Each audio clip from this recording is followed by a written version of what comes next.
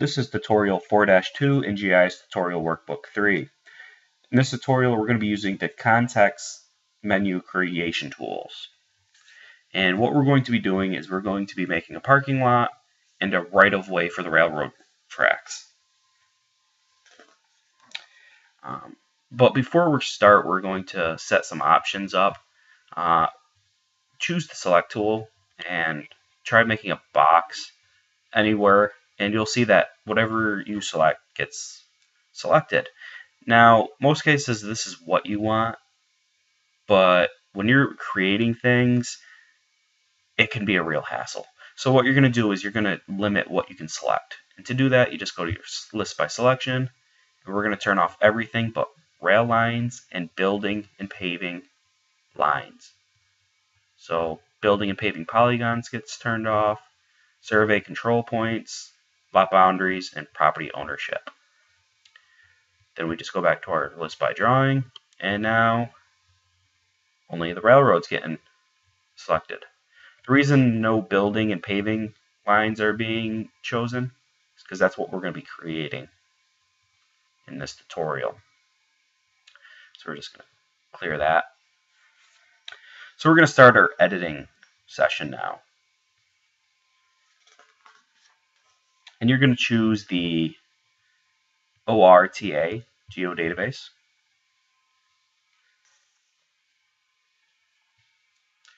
And we're going to go to our ORTA site. Now, in some of these, the tracks cut off here in the book I see, but mine, they go all the way across. So I'm actually going to work on the whole rail line. So I'm just going to zoom to layer, and this is what I'm going to work off of. If you want to continue using the one you created, that's perfectly fine. You can do that. Now, we're going to click on Proposed ROW and make sure that the line construction tool is selected. And we're going to be tracing. And that is right here. If it's not selected, just click on the down menu, and it's the one up on the top left. And with that selected, what you're going to do is you're going to hit the O. Nothing else, just the O on your keyboard. And we're going to offset this by 27 meters. So make sure you have the M on there, because if you look down here in the corner, it's in feet. So if we hit O again, it converted it to feet because we put the M there, and they know M stands for meter. If it was the opposite, say you only knew feet, and the map was in meters, I'm pretty sure if you put FT, it would convert for feet. If you just put F, I don't think it would work that way. Okay, so what we're going to do now is we're going to go up to the editor tool bar, and we're going to go to editor and snapping. And we're going to open up our snapping toolbar. Now, these are the things that we'll snap to. Point snapping, end snapping, vertex snapping, and edge snapping. Now, they're all highlighted, so I can snap to any of them. And if you go around here, you'll kind of see that the one gets changes depending on what it is. So they want us to turn one off just to show how we can disable it. So we're just going to turn off the edge because we're not really going to need that for the first half. We're going to come back later and turn it back on. So we're going to click on the snapping and verify that we're using snapping. And now what we're going to do is we're going to place it right here. And as you can see, it says what it's snapping to and at what kind of point. Rail lines endpoint. But it's kind of hard to see. So what we're going to do is we're going to go up to snapping options. We're going to give it a background. And we're going to make it bold. As you can see now, it's much easier to read than it was before.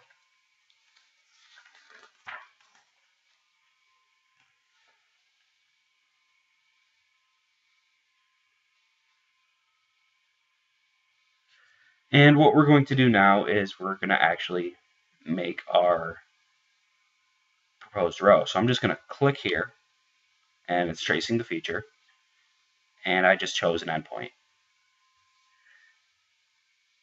As you can see, it kind of got messed up halfway, so I'm just going to delete.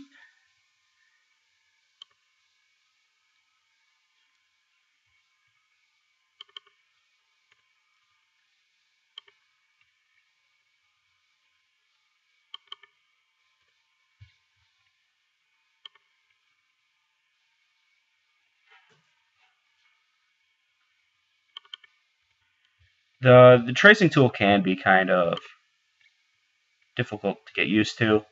They say go slow. I actually find going quicker is actually the best way. And that off, as you can see, it's offset by 27 meters to the bottom. Now, if you want it on the other way, you actually have to start at this end and go that way. So we're just going to click on that.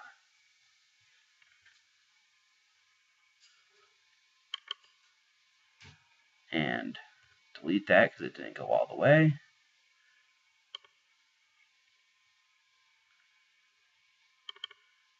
And it got a little bit messed up. And this is one of those tools, the more you use it, the more you get better at it.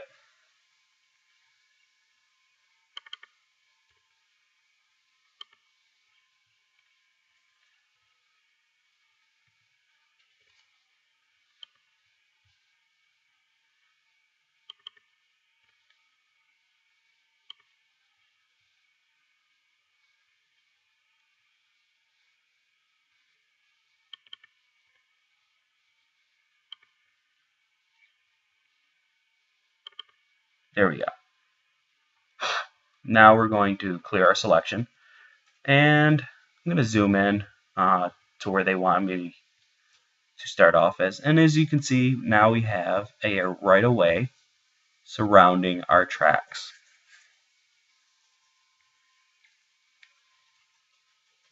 Now what we're going to do is we're going to actually create a parking lot for our new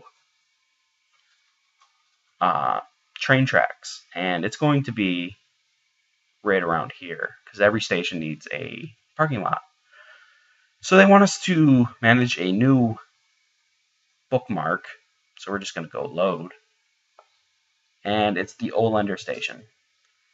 So we're just going to click on that and open it. We're going to close, and then we're going to zoom to it. Now we're going to turn back on our snapping to edges, and once that's done, we can kind of just get rid of the snapping tool menu so it doesn't clutter up our thing. And now we're going to be choosing paving because we don't want these proposed right of way because we're doing a parking lot. And what they want us to do is choose the straight line segment. They want us to click right here. Then they want us to use the constrain parallel tool. And if you remember, that's in feature construction toolbar. So we just click on that. And you can't really, then you choose lot boundaries. And you can't really see it, but there's a line that's moving back there beneath the dashed yellow. But when we right click and do our length, we're going to make it 800 and click enter. It has appeared right here.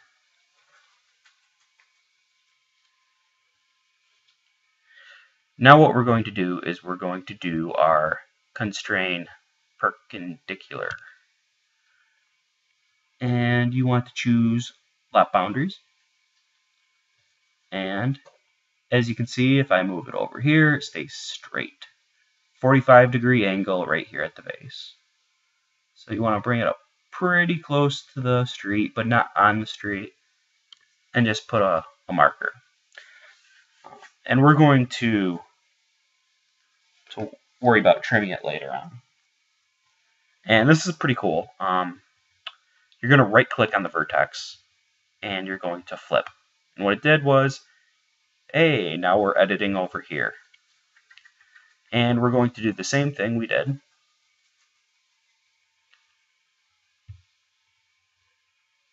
And as you can see, it won't go any other way except straight up.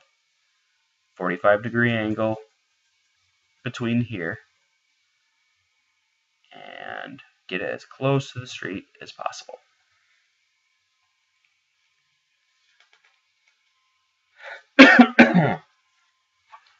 And now what we're going to do is we're going to trace this right here so we get a curved up here. Just, I guess, because they think it'll look nicer because the street curves, you could do like a straight line and this could just be like sidewalk or whatever, but that's not what they want. So what they want us to do is they want us to use the trace tool and change the offset to 60 feet. Then click OK. And then on here, start tracing. But as you can see, it shows up on the wrong side. So we're just going to delete that. And this is one of those things where you use the minus 60.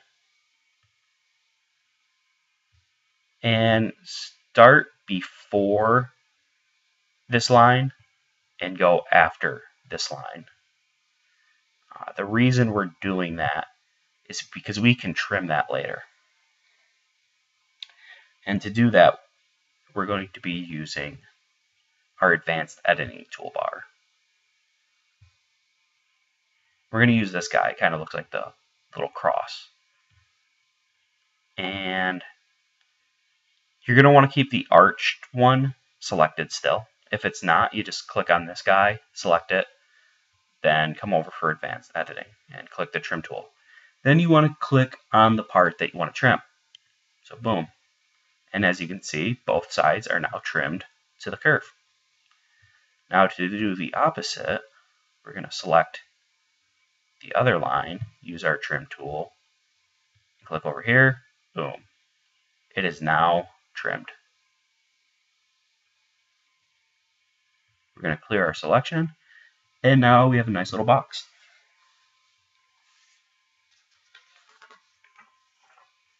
So now they want us to make the actual driveway into the parking lot, which we use by doing our straight line. As you can see, my segments options are no longer available. That's because I have to hit on paving. Make sure our line is selected. So if any of these become unavailable, make sure that this over here is selected and tool is selected. So straight line. And here, they don't really tell you where to do it. So just use where you think it should be. Just make sure it's on the lot boundary. And what you're going to do is you're going to press Control E.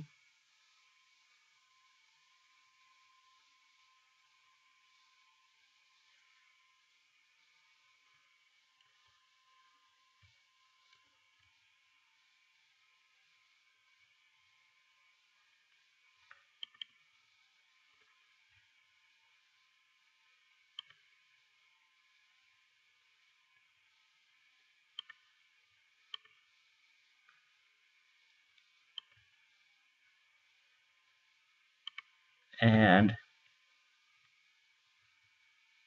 we're done.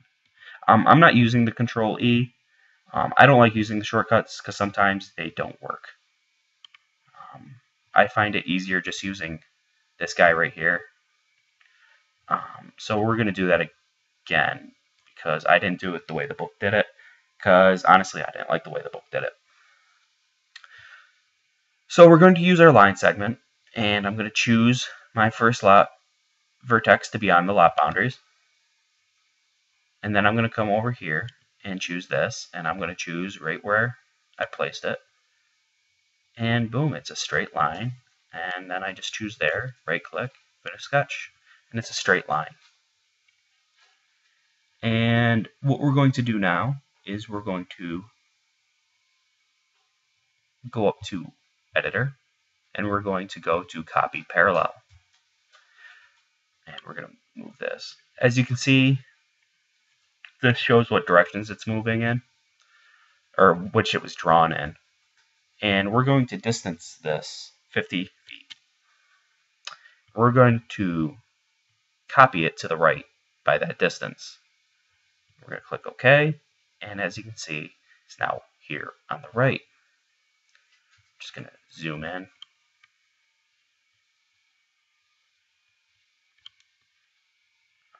I just wanted to make sure that it actually made it to the street. Last time I did this, it didn't work exactly right. And this one, there was a little gap. So I just wanted to make sure that didn't happen. Okay, now what we're going to do is we're going to curve some of these edges.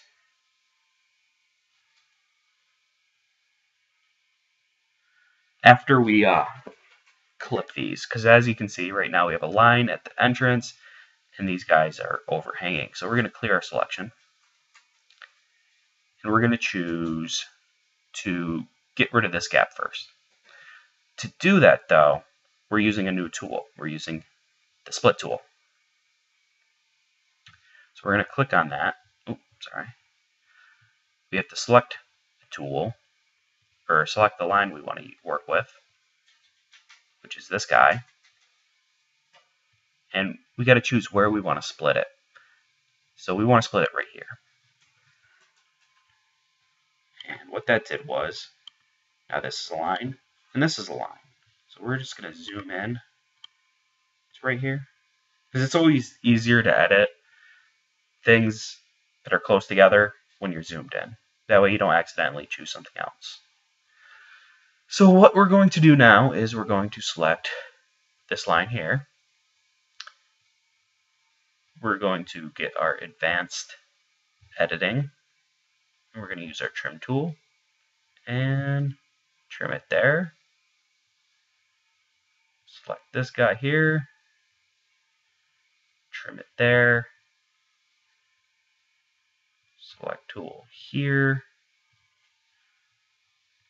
Trim it here.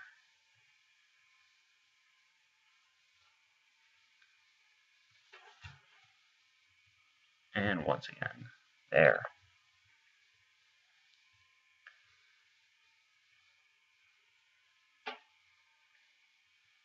And as you can see now, it looks more like a driveway. Now what's left to do is to round our edges. They don't want these choppy edges here. So what we're going to do is we're going to use our fillet tool. And with it selected, you're going to hit the R button on your keyboard. And you're going to trim existing segments, but you're going to have it a fixed radius of 25. Now I suggest you zoom in for each corner. There are going to be 4. We're going to do this one, this one, this one, and this one. These ones are fine. So what we're going to do is we're going to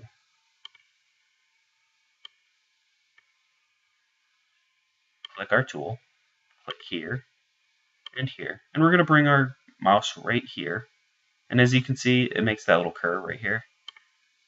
Click OK, and it curves it. Go back out to that extension.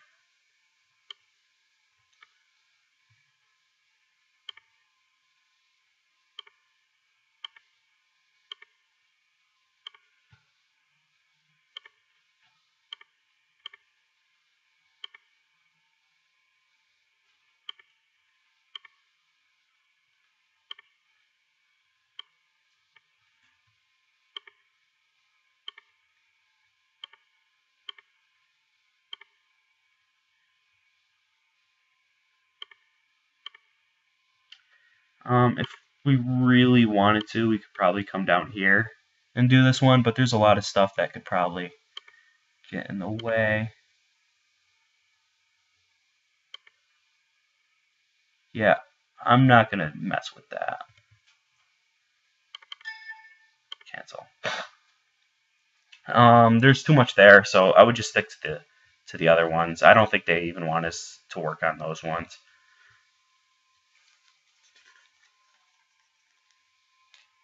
And that's it for this tutorial.